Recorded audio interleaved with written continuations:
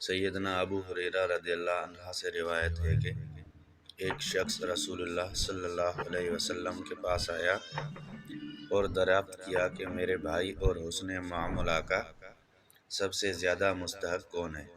آپ صلی اللہ علیہ وآلہ وسلم نے فرمایا، تیری ماں۔ اس نے پھر پوچھا کہ اس کے بعد؟ آپ صلی اللہ علیہ وآلہ وسلم نے فرمایا، پھر بھی تیری ماں۔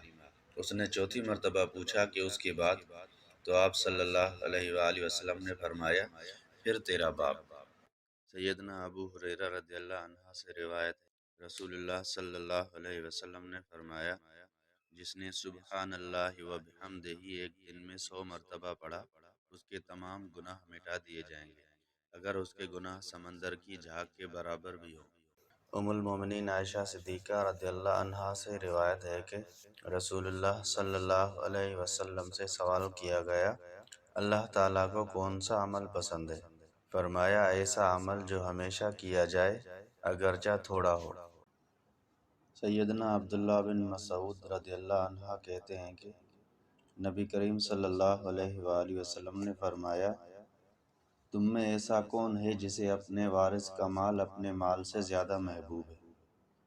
سب نے عرض کی کہ یا رسول اللہ صلی اللہ علیہ وآلہ وسلم، ہم سب کو اپنا ہی مال محبوب ہے۔ تو آپ صلی اللہ علیہ وآلہ وسلم نے فرمایا، اپنا مال وہی ہے جو زندگی میں فی سبیل اللہ خرچ کر کے آگے بھیجا، اور جو چھوڑ کر مر گیا وہ تو وارثوں کا ہے۔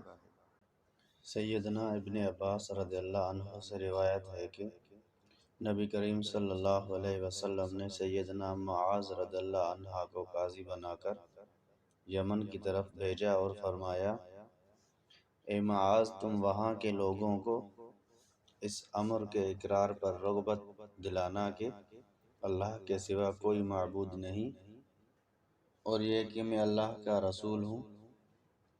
اگر وہ اس بات کو مان لیں تو انہیں بتا دینا کہ اللہ نے ہر رات اور دن میں 5 نمازیں ان پر فرض کی ہیں، اور وہ اس بات کو بھی مان لیں تو انہیں بتا دینا کہ اللہ نے ان پر ان کے مالوں میں صدقہ زکوٰۃ فرض کیا ہے، جو ان کے مالداروں سے لیا جائے اور ان فقیروں میں تقسیم کر دیا جائے۔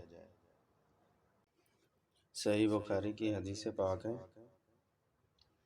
سیدنا عبداللہ بن مسعود رضی اللہ عنہ کہتے ہیں کہ میں نے نبی کریم صلی اللہ علیہ وآلہ وسلم سے سنا، فرماتے تھے، بدترین خلقت وہ لوگ ہیں جو اس وقت زندہ ہوں گے کہ جب قیامت آ جائے گی۔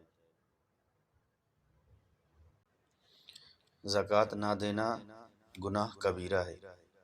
سیدنا ابو ہریرہ رضی اللہ عنہ کہتے ہیں کہ رسول اللہ صلی اللہ علیہ وآلہ وسلم نے فرمایا، اللہ جسے مال دے اور وہ اس مال کی زکوٰۃ نہ دے تو اس کا مال قیامت کے دن اس کے لیے گنجے سانپ کی ہم شکل کر دیا جائے گا، جس کے منہ کے دونوں کناروں پر زہریلا جھاگ ہوگا۔ وہ سانپ قیامت کے دن اس کے گلے کا توق بنایا جائے گا، پھر اس کے 2 جبڑوں کو ڈسے گا اور کہے گا، میں تیرا مال ہوں، میں تیرا خزانہ ہوں۔ پھر آپ صلی اللہ علیہ وآلہ وسلم نے سورۃ آل عمران کی